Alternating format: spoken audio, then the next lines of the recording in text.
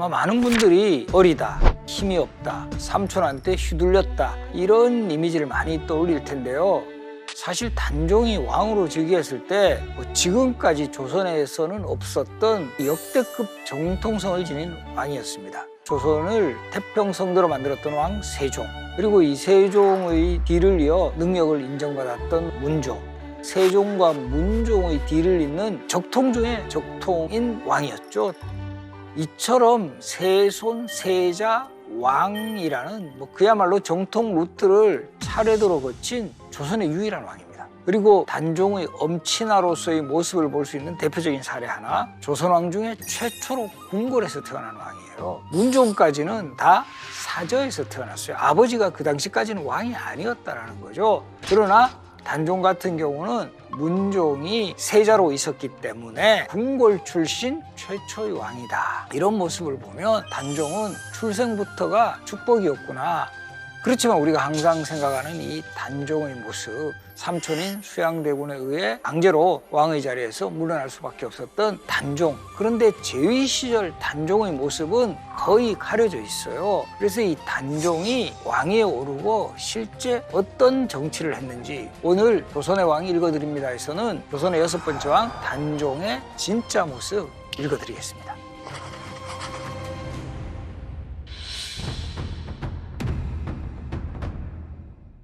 단종이 태어나면서부터 받은 이름은 이홍위입니다. 조선왕 이름 다 한 글자라고 알고 있는데 왜 단종은 두 글자냐? 이 부분에 대해서는 아직 정확한 학설이라든가 이름을 왜 두 글자로 했는지는 나타나지 않지만 우리 조선의 왕은 대부분 한 글자 이름을 쓰고 그 이름도 되게 어려운, 왜냐하면 왕의 이름은 일반 신하나 백성들도 쓸 수가 없어요. 그래서 이 두 글자 거기에다가 쉬운 글자로 써놓으면 백성들이 이름을 쓸 수 있는 폭이 확 줄어드는 거죠. 이것을 최대한 배려하기 위해서 한 글자 쓰고 그것도 어려운 한자를 쓰게 된다. 그래서 단종은 예외적으로 두 글자 이름을 쓴 왕이었다. 일단 알아두시고요. 근데 이 단종이 태어나던 날 불길한 징조가 있었으니 이제 적장자인 손자가 탄생했잖아요. 이처럼 조선시대에는 왕실의 경사가 있으면 죄인들에 대한 사면령을 발표합니다. 그래서 이 근정전에서 죄인들에 대한 사면 조지를 발표하는 상황에서 갑자기 큰 초가 뚝 떨어져요.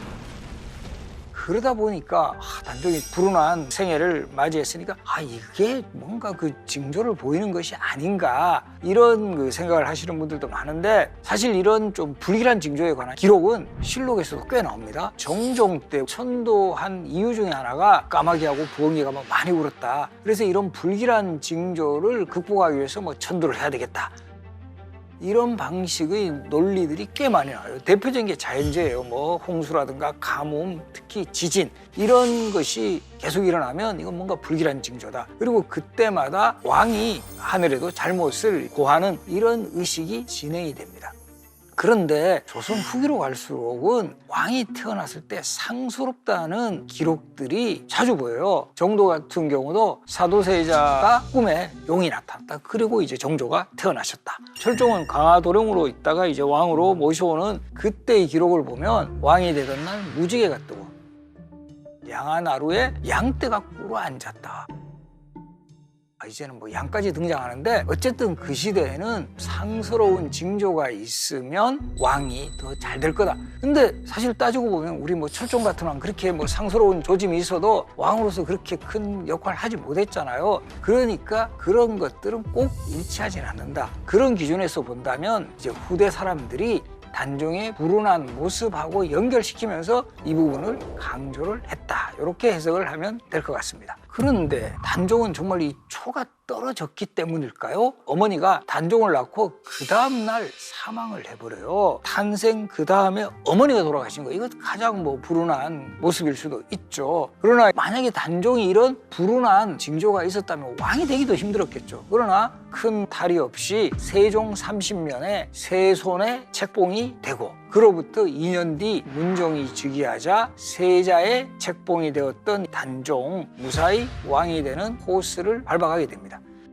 그래서 이 적장자 중에 적장자인 단종은 4년간 세자 수업을 받게 됩니다. 많은 분들이 4년 세자 시절 이거 너무 짧지 않나? 우리 대학교 4학년 나와도 뭐 별로 공부한 것도 없는데 뭐 이런 생각하시는 분들도 있는데 대표적으로 조선시대 성군 중에 한 명으로 꼽히는 성종 같은 왕도 거의 세자 시절 없이 보냈거든요. 이런 거하고 대비해도 단종의 세자 시절은 어느 정도 충분한 시간이었고 이미 아버지 문종 때부터 이 세자를 공부시키는 서연이 잘 갖추어 있었어요. 또 거기에다가 유전적 요인으로 본다면 할아버지 세종대왕 공부천재 아버지 문종도 실록 기록에 보면 모든 과목에 요즘으로 치면 전부 올레이 플러스 맞은 인물이에요. 바로 그런 것들을 고려를 하면 할아버지나 아버지의 자질을 이어받았고 그런 과정에서 또 착실히 제왕학 수업을 받았기 때문에 12살에 왕이 되었지만 어느 정도 왕으로서의 역량 같은 것을 유지할 수 있게 되었다 이렇게 볼 수 있습니다. 근데 이제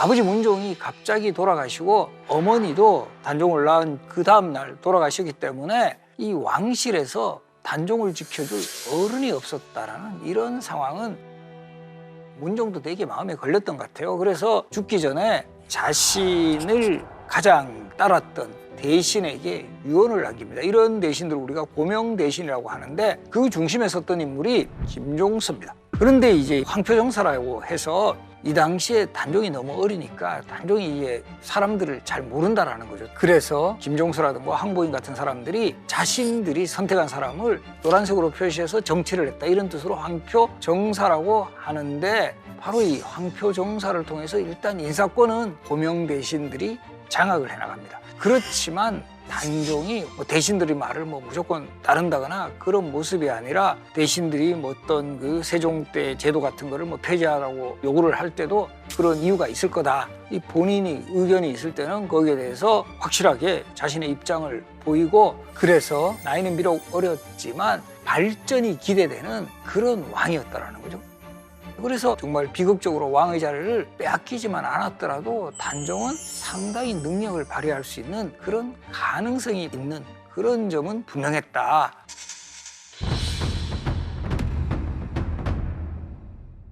그런데 여기에 가장 강력한 경쟁자가 나타나죠. 바로 이 수양대군입니다. 이것은 다 알려진 사실이지만 1453년 10월 10일 계유정난을 통해 조카 단종 주변의 인물들을 쳐냈다. 연려실 기술에서는 숙부가 나를 살려달라라는 단종이 숙부에게 의지하는 이런 모습을 보입니다.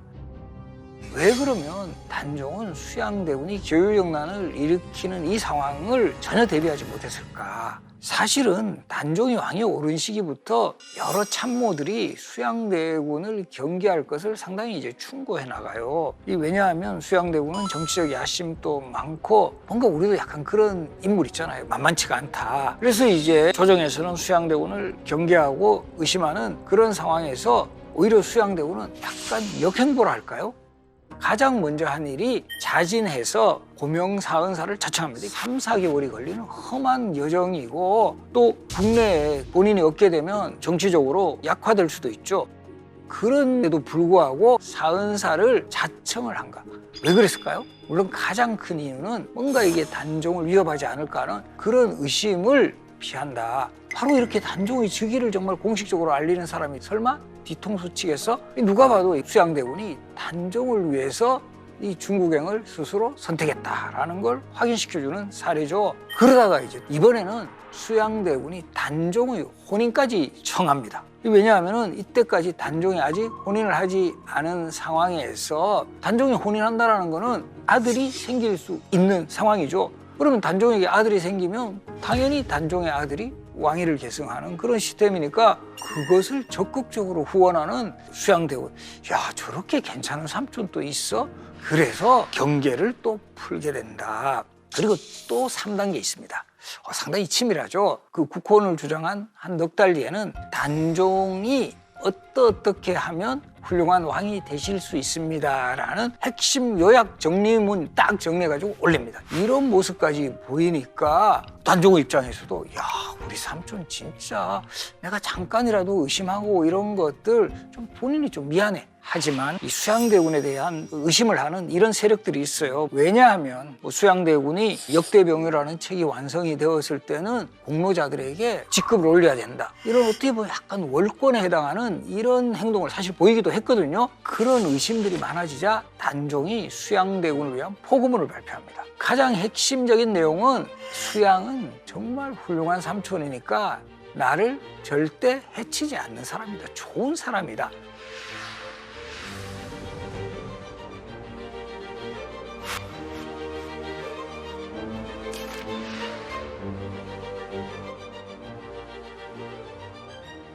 유언비어 하지 마라. 이러면서 수양대군을 적극적으로 이제 후원을 하고 나섭니다.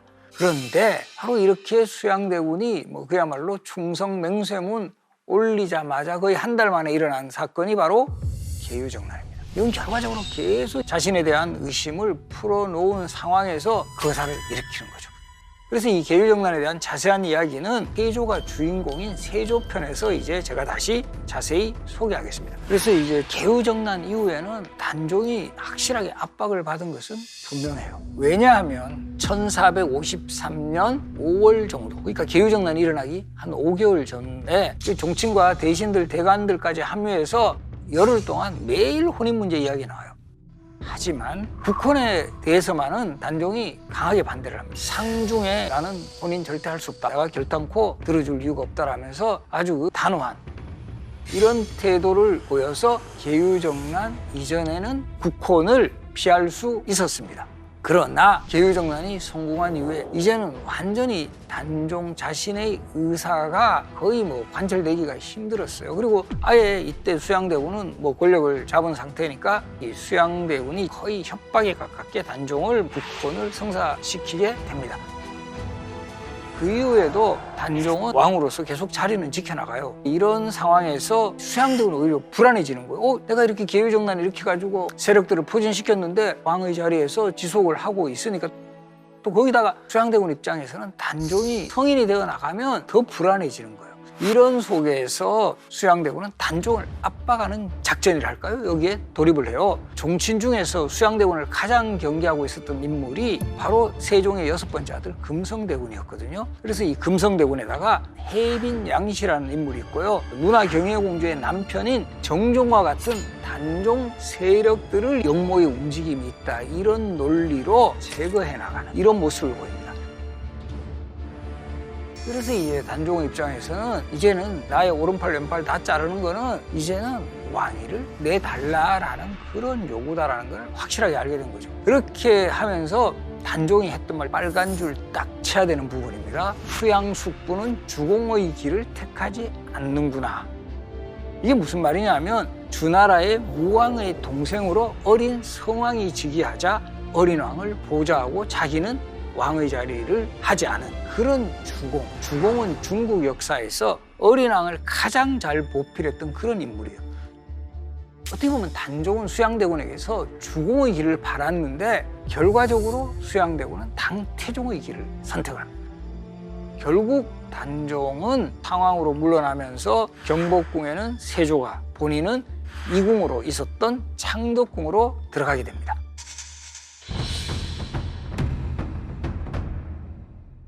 단종이 어리긴 했지만 이제 상황이 된 거죠. 그래서 아마 이 단종은 가장 조선의 왕 중에 최연소 상황이 된 또 인물이 됐는데요. 근데 물론 이제 세조는 이런 상황을 대접하는 퍼포먼스는 해요. 한 달에 한 번 정도 문안을 하고 사냥에 또 단종을 초대하곤 했고, 그렇게 한 1년여가 지난 어느 날 상황이 된 단종에게 그 외할머니가 은밀하게 찾아와서 성산문, 하이즈 같은 인물들이 단종 복위 운동을 지금 계획하고 있다. 그런데 이 당시에 이 일이 발각이 되면 겨우 부지하고 있던 목숨도 잃을 수 있는 상황인데 이 얘기를 듣고 단종은 지지를 표명해요. 그리고 기회는 왔어요. 1456년 6월 명나라 사신을 접대하는 큰 잔치가 벌어지게 되었고, 그때 이제 광연전이라는 곳에 이 행사가 계획이 돼 있었고, 정말 운명적이게 이 잔치에 벼룬검이라는 요즘으로 치면 경호원들을 동원시키기로 했는데, 그 벼룬검 중에 단종복위 운동의 핵심 인물이었던 성산문의 아버지 성승과 사육신의 한 명으로 되는 무장 유응부가 벼룬검에 임명이 된 거예요.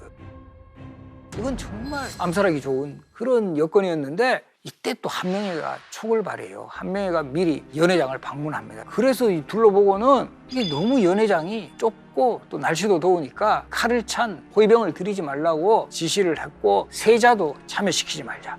그래서 이렇게 거사 계획이 완전히 꼬이게 되는 거예요.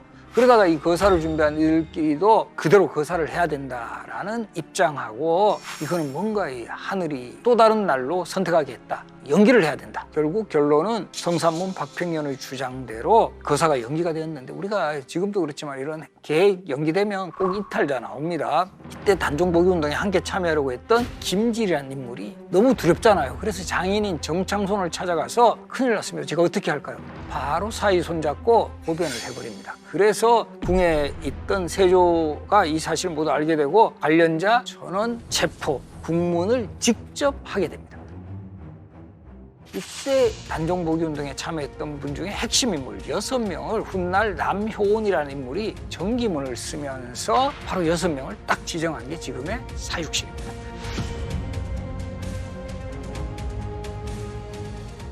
실제로는 단종복위운동에 거의 한 70여 명이 참여를 했지만 요 남효온의 기준으로 뽑은 핵심 인물 또 여기서 중요한 게 단종의 처가 바로 이 장인인 송현수 이런 사람들도 이제 움직임을 보이게 됩니다.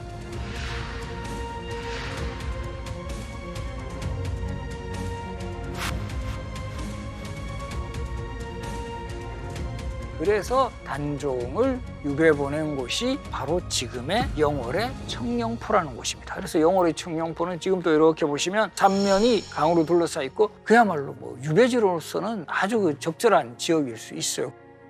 그러나 청룡포에서는 단종이 짧게 머물러요. 왜냐하면 계속 홍수가 일어나서. 그래서 영월 객사로 이제 옮겼고 그리고 여기에는 지금도 가보시면 자규루라는 누각이 있는데 단종이 쓴 시 자규사라는 시가 있어요. 이 유배지에서 단종이 이렇게 원통한 마음을 담은 시를 많이 썼고 또 청룡포에 가면 단종이 올라서 서울을 바라보았다는 노산대 그리고 이제 600년 이상 된 소나무 관음송 청룡포에는 단종의 이런 여러 유적들이 현재도 남아 있습니다.